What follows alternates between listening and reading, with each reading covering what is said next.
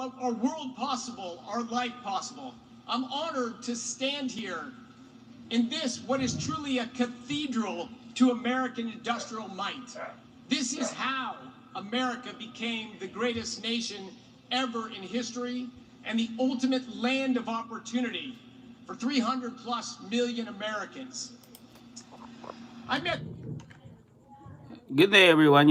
Vice President JD Vance delivered a major address in Middletown, Ohio. Focusing on American manufacturing, energy policy, and public safety. Highlights from the speech includes the announcement of $1 billion upgrade to the Middletown work facilities, broader economic claims regarding factory jobs, and strong campaign endorsement from upcoming Ohio elections. Let's listen to this. It's gonna be exciting. This is the first time since JD Vance, since he became a vice president, this is the first time that he come back to his, where he came from. The vice president about 10 years ago, right after his stirring memoir came out. I had quite an impression when we first dialogued. It's a classic American story, a pursuit of the American dream. Does not matter where you're from, it's about where you're going. Right. The president had a plan, and he created and lived the American dream. But it wasn't easy. It wasn't easy. We've had forces over the last few decades, the deindustrialization of our country, that were simply tragic and colossal mistake. Coastal leftist democratic ideas that somehow big, strong, powerful things were out of fashion. We should push those overseas to be made in Asia, and we'll just buy the products when they come back. We should be pencil pushers and computer keyboard tappers. That was a vision of America, but a very narrow and false vision of America. There is no great power, no great nation without industrial might. Right. Thank you.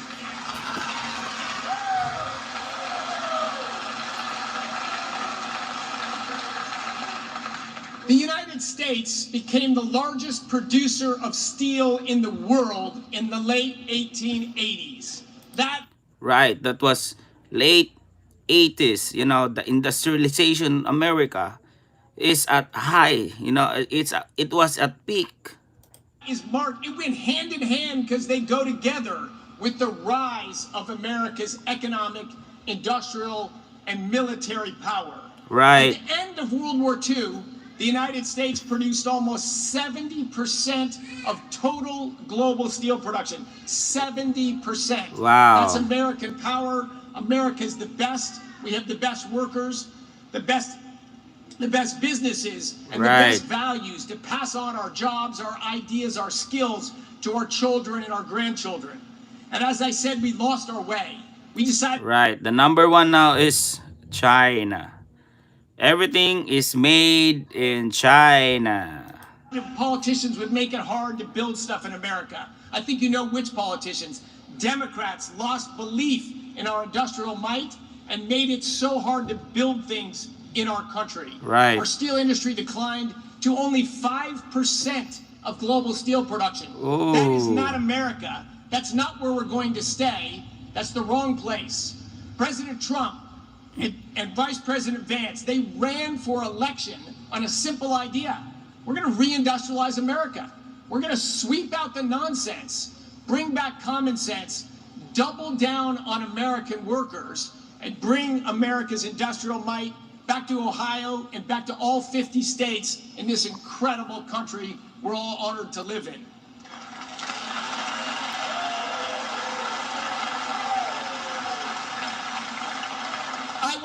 I will tell you a renaissance is possible.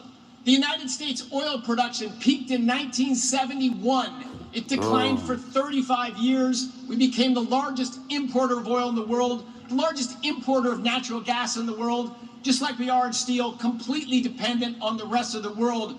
For the backbone of industrial society is energy and steel. Those are the backbones of industrial society. What happened with our oil production and our natural gas production is we had a renaissance. Today, we're by far the world's largest producer of oil, by far the world's largest producer of natural gas. In fact, we're the largest net exporter of oil and natural gas on planet Earth. We did it with oil and gas. We can do it with steel also. Right.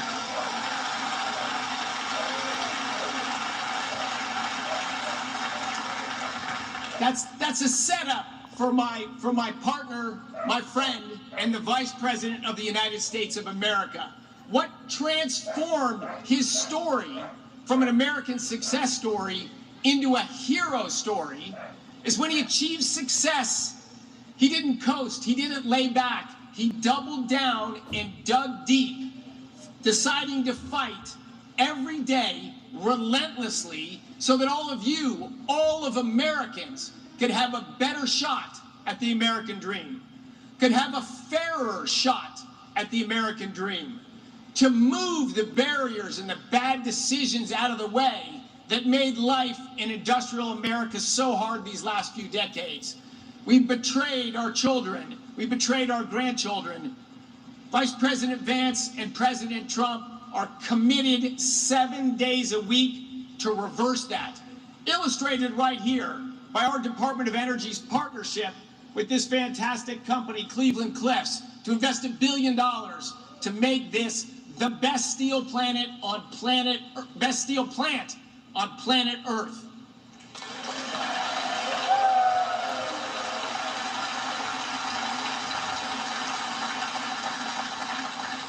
I'm now going to welcome to the stage someone who's an inspiration to me, the leader of the reindustrializing the United States of America, working with the senators in Ohio, the governor in Ohio, and the leadership to make our country great again. God bless you. God bless Middletown Works. God bless the fabulous state of Ohio. God bless the United States of America. And God bless our unbelievable Vice President, JD Vance.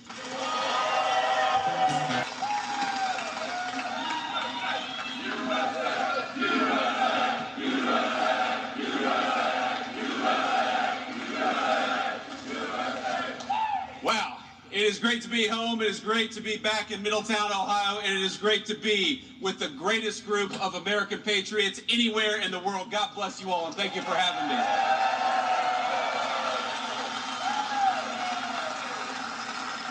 Before I get started, I got to give some shout outs here because we have a lot of amazing political candidates. We have some leaders and future leaders, and I'm going to try to get through as many as I can. But first, I've got to give a shout out to my great friend and the next United States Senator, my replacement as the next United States Senator from the state of Ohio, John Houston. John, please stand up. Thank you. We've also got, I believe, a great gubernatorial candidate, a great governor of Ohio, but also a great next governor of Ohio, my friend Vivek Ramaswamy. Vivek, please stand up and say hello.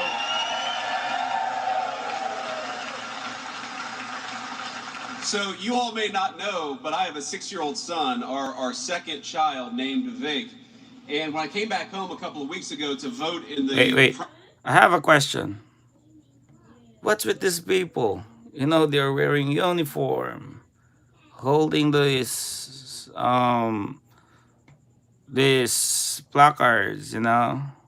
Are they paid or they just there to support Vance, you know? Because whenever the politician, they have a rally, they have a talk, you know, there's always people at their back, right? What's this all about? Is it about show power, or, you know, just to show to the people that, you know, people are supporting you, that, you know? I wanna know because, you know, what's with these people? You know, they're complete uniform. Are they paid?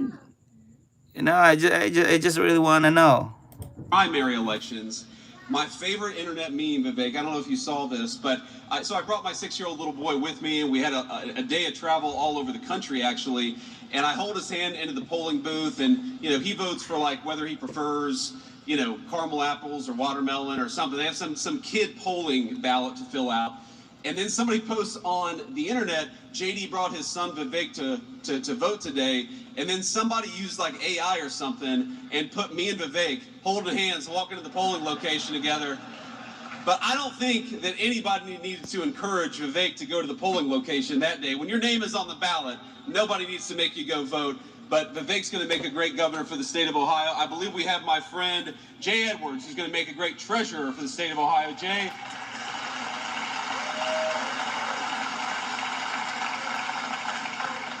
And then we've also got Frank LaRose. Frank, thank you so much. A great leader in the state of Ohio, a great Army veteran. And I got a lot of other people I could shout out, but I don't think any of you are up for election in a few months. So you're going to have to, that's going to be it. Because I'm going to talk about steel. I'm going to talk about America's comeback. I'm going to talk about the fact that this is a great day to be a resident of Middletown, Ohio. This is a great day to be right here in southwestern Ohio. And you all know my story. I look at what you all are wearing, and I remember my papaw going to work in an outfit not all that different and coming to this very place to work for nearly 40 years as a welder at what was then Armco Steel. And I can't help but think about the last time a James Vance stood in this very place. He had spent nearly 40 years as a welder at Armco Steel, now of course Middletown Works of Cleveland Cliffs. He was not an educated man by any means, but he was a brilliant one. He was a complicated man, a man of faith who never went to church. He was an alcoholic since middle school, but he quit cold turkey as a grandfather. But if he was a complicated man on the inside, he was a man with very simple ambitions. He didn't want to get rich. He had no desire to build a business. That's not who my papaw was. His American dream was well-fed kids, a car engine to tinker with. He loved to build out cars, a lukewarm cup of coffee, never cold, never hot, and of course a donut from either Central Pastry or Milton's Donuts. That was his American dream.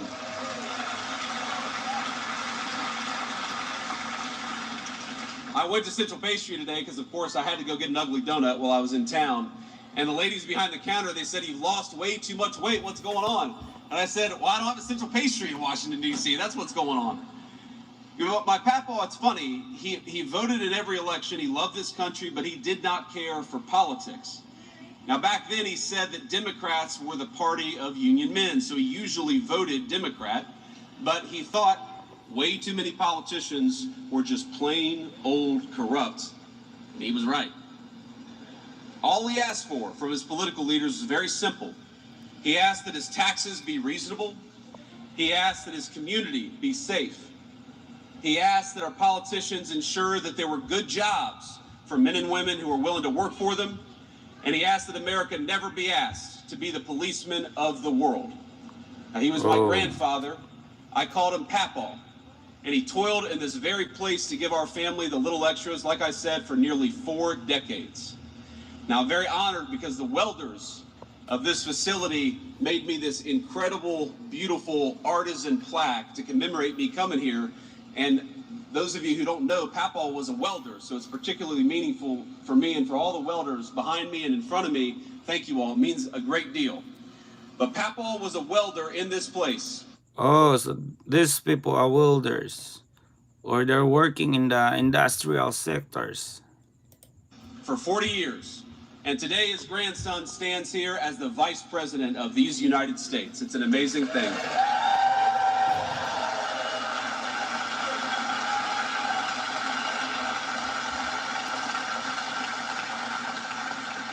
And I'm here with a message from the President of these United States. The future of America, the future of the United States, the future of our homes and communities is going to be built right here in Middletown, Ohio.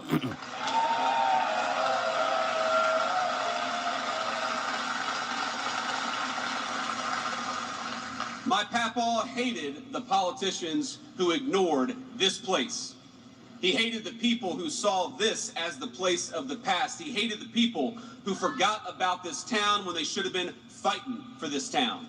And the unfortunate reality is that they came from both political parties. And they spent the last 40 years telling you it didn't matter if we made things right here or whether we made them in overseas countries. They said it was irrational, sentimental, old-fashioned to want to preserve the things that make the United States of America special. What we really needed, they said, was to compete and have complete market integration with every nation of the third world. Places where you could pay wages at pennies on the dollar, but didn't have to give your workers health care or good benefits in the process. And anytime somebody dared to put an obstacle in front of that set of ideas, anytime they said, you know what, we need to put tariffs or tough immigration policies to stop that, those people were called backwards, they were called wrong. Now in 1984, just to date myself a little bit, don't hate me, 1 month before I was born, the Wall Street Journal, the voice of big business in the United States of America, proposed, and I quote, a 5-word constitutional amendment. There shall be open borders.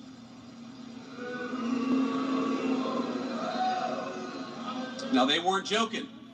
They weren't being tongue-in-cheek. Because if you look at what they tried to do over the next 40 years, they told you back then exactly what they were trying to do. 16 years later, when I was in high school, right here in Middletown High School, go Middies.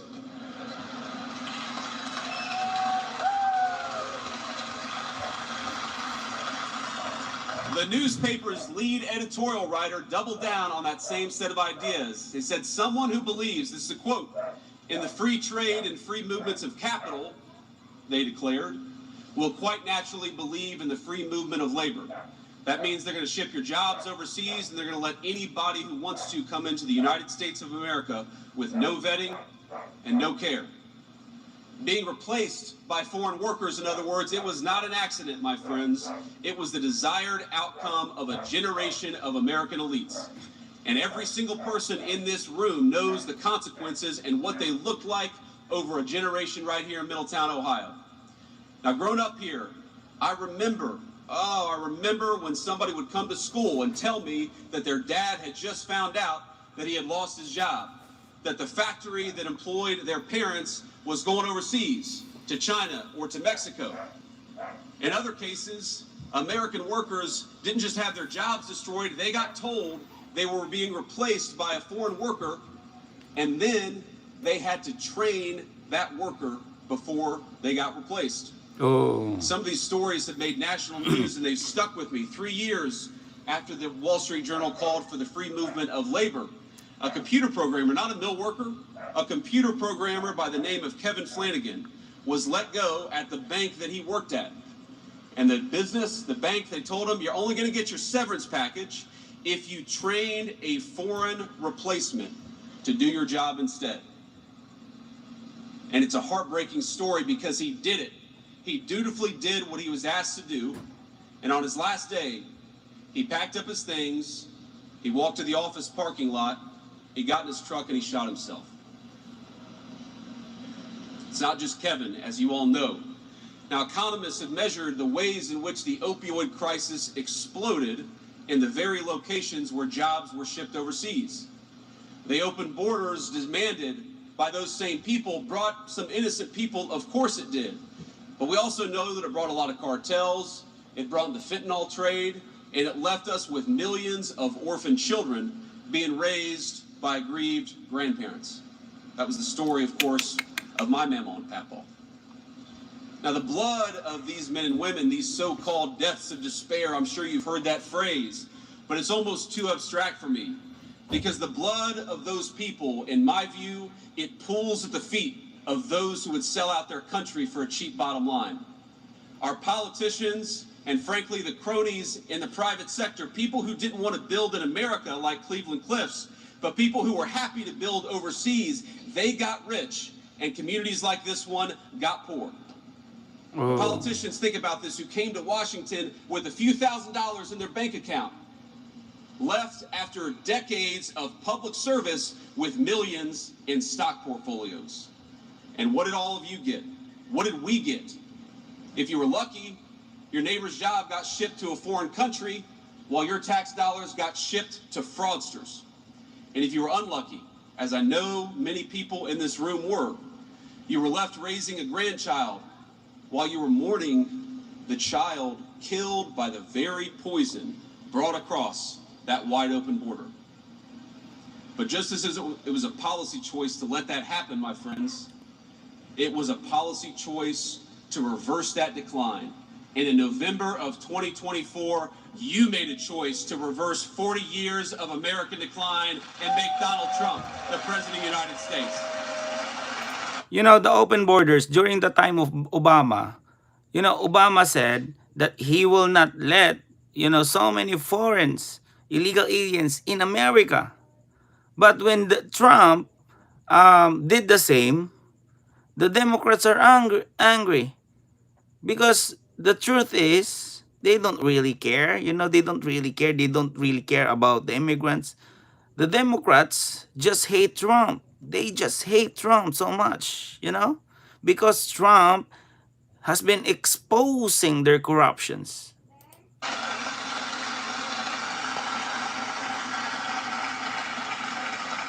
And I'm not saying it's going to be easy or it's all going to happen overnight, but in just 18 months, we have seen an explosion of rebuilding in the American heartland.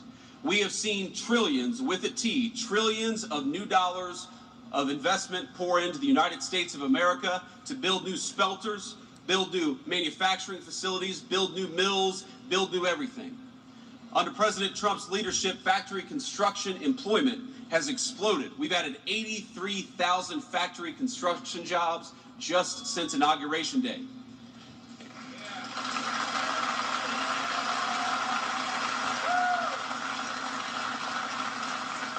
And as companies break new ground on new facilities and they start building new assembly lines, imports for capital goods are reaching historic peaks. Because when we build these facilities, we've also got to put the beautiful equipment to go into them. Demand for metal cutting and similar machine tools is hitting its highest levels in a century in the United States of America. And all this new construction is building on a strong base, with manufacturing activity last month reaching its best rate in many, many years. We've created more than 29,000 new jobs in the sector in 2026 so far, reversing years of decline in manufacturing employment. And year over year, manufacturing workers' wages actually went up 4.2%, where they went down under the Biden administration. And frankly, they've been higher in the industries where you've seen that decline in illegal immigration into our country, like construction and commercial trucking. And that brings me to why I'm here today. Because we're not just here to talk about the celebration and the good news and the numbers. We're here to announce that Cleveland Cliffs is making today, right here in Middletown, Ohio, a $1 billion investment in transformational manufacturing right here in our home. Oh.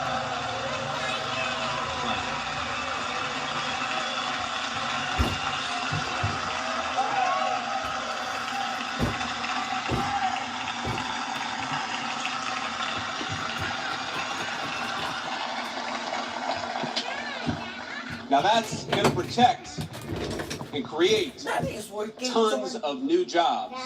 We're going to upgrade the iron making furnace. We're going to implement cutting edge new technology to optimize furnace operation and improve Middletown's air qualities, because as much as the far left says that you can't have industry, but also clean air and water, we're going to show in this facility that's exactly what you can have. You can have both of it, and you can have it in spades with smart leadership.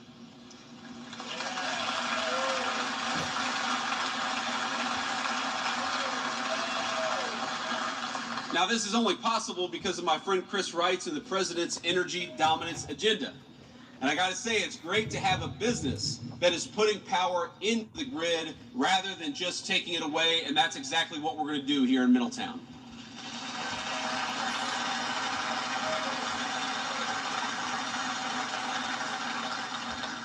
But we also recognize in our administration that real dignity, it's not just about what happens in the factory. It's not just about what happens in the office.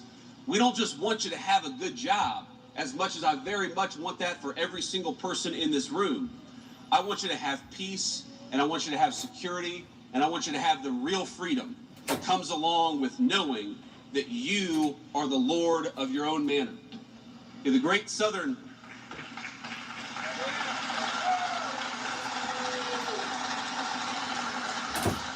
The great Southern populist, probably most of you in the room don't know who I'm talking about, but he's an interesting guy, kind of a crazy guy. His name was Huey Long, and he once said, "Every man a king" was the goal of his political program. But no man is a king if their castle is under siege by criminals. Right. No man is a king if they can't take their family out to dinner without being mugged or having their car jacked. Right. And of course, ending the Biden border invasion was a big part of why we have changed that over the last 18 months. You know, if you're not aware, in Minnesota, those sanctuary cities, Minnesota and Chicago, you know, crimes there are mostly perpetuated by illegal immigrants. You know, that's crazy. It's in the statistics. You can Google it.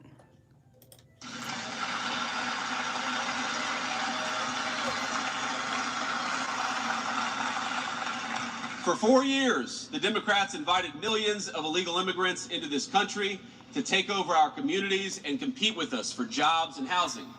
They let in murderers, they let in gang leaders, they let in fraudsters, and they let in drug traffickers, and they did so by the tens of thousands. And for months, we heard Democrats, including people like Sherrod Brown, people who pretend to be the friends of the workers in this facility, saying that they couldn't do anything to fix it, that we needed a new law, we needed a new statute, we needed Congress to pass a new regulation in order to fix Joe Biden's open border. But as we've learned over the past 18 months, it didn't require a new law to close down that border. It just required a new U.S. president. Right, right. Right. You know, we don't need new law, you know, because the law is there. We just have to implement it. And a political will. And what we did is we told American corporations that if you wanted new workers, you got to start by training and hiring your own countrymen. And we rewarded the corporations like Cleveland Cliffs that wanted to do that, and we were willing to tell the corporations that wanted to hire foreign labor that if you wanted to bring that stuff back into the United States, you were going to pay a big fat tariff for doing so. And so, for the first time in my life, America saw net migration out of the country as we sent millions of illegal immigrants back home. And as a result,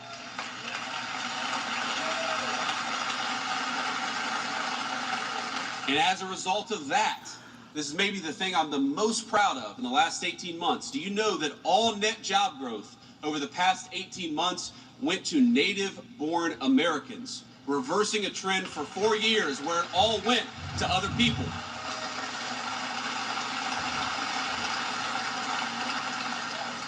We got a lot of work to do, but we're making progress on all the things that matter the most. On the affordability question, we know that under Joe Biden, the cost of a median price home nearly doubled. Now, for the first time in over 5 years, rents are falling for the first time. We got a lot of work to do, but we're finally seeing that American dream of homeownership become accessible again to our young people. And it's not just affordability, America's getting safer too. We're currently experiencing in the United States of America the largest reduction in violent crime in the history of our country.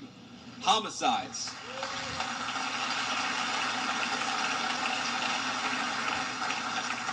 You know, homicides are at their lowest level in our country, the lowest level in 126 years. That's almost hard to believe. Cities like Aurora, Colorado, where, if you remember, I had an interview with somebody in the mainstream media. It was the October before the election, right when we were getting into crunch time. And we were talking about how these violent Venezuelan drug gangs had taken over apartment buildings in Aurora, Colorado. And I said this to the anchor. And the anchor comes back and says to me, she says, well, they've only taken over 1 or 2 apartment complexes.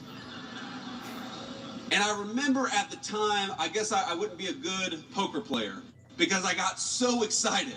I was like, did she really just say it's okay for a Venezuelan drug gang to only take over 1 or 2 apartment complexes? I was ready to jump out of my seat and make this point that a single apartment complex or a single home taken over by a foreign drug gang is one too many, which is why we got to get those people the hell out of the United States of America.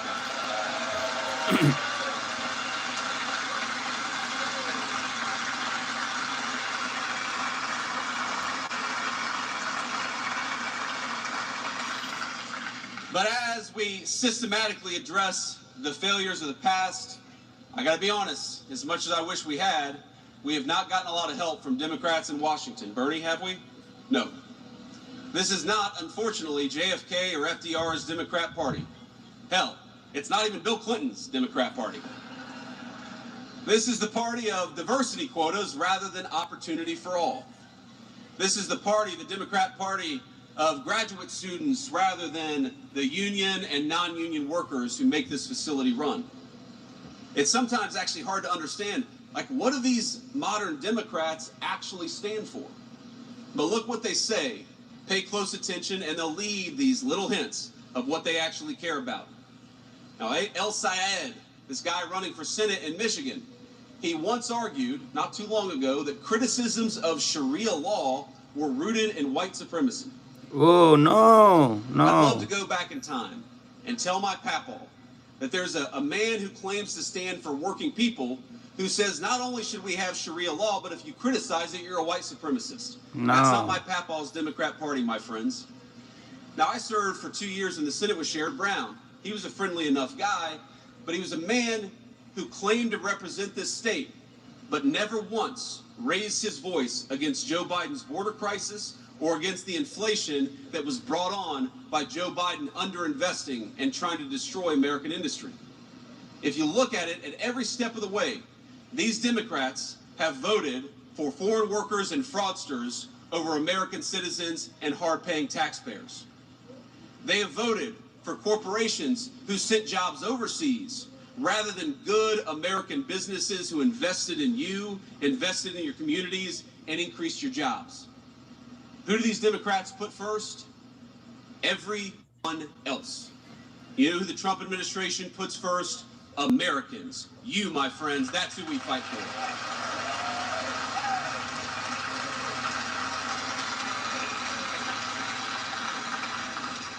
But you know, these Democrats, they've opposed every turn our work to make trade fair again, to stop letting foreign countries take advantage of us.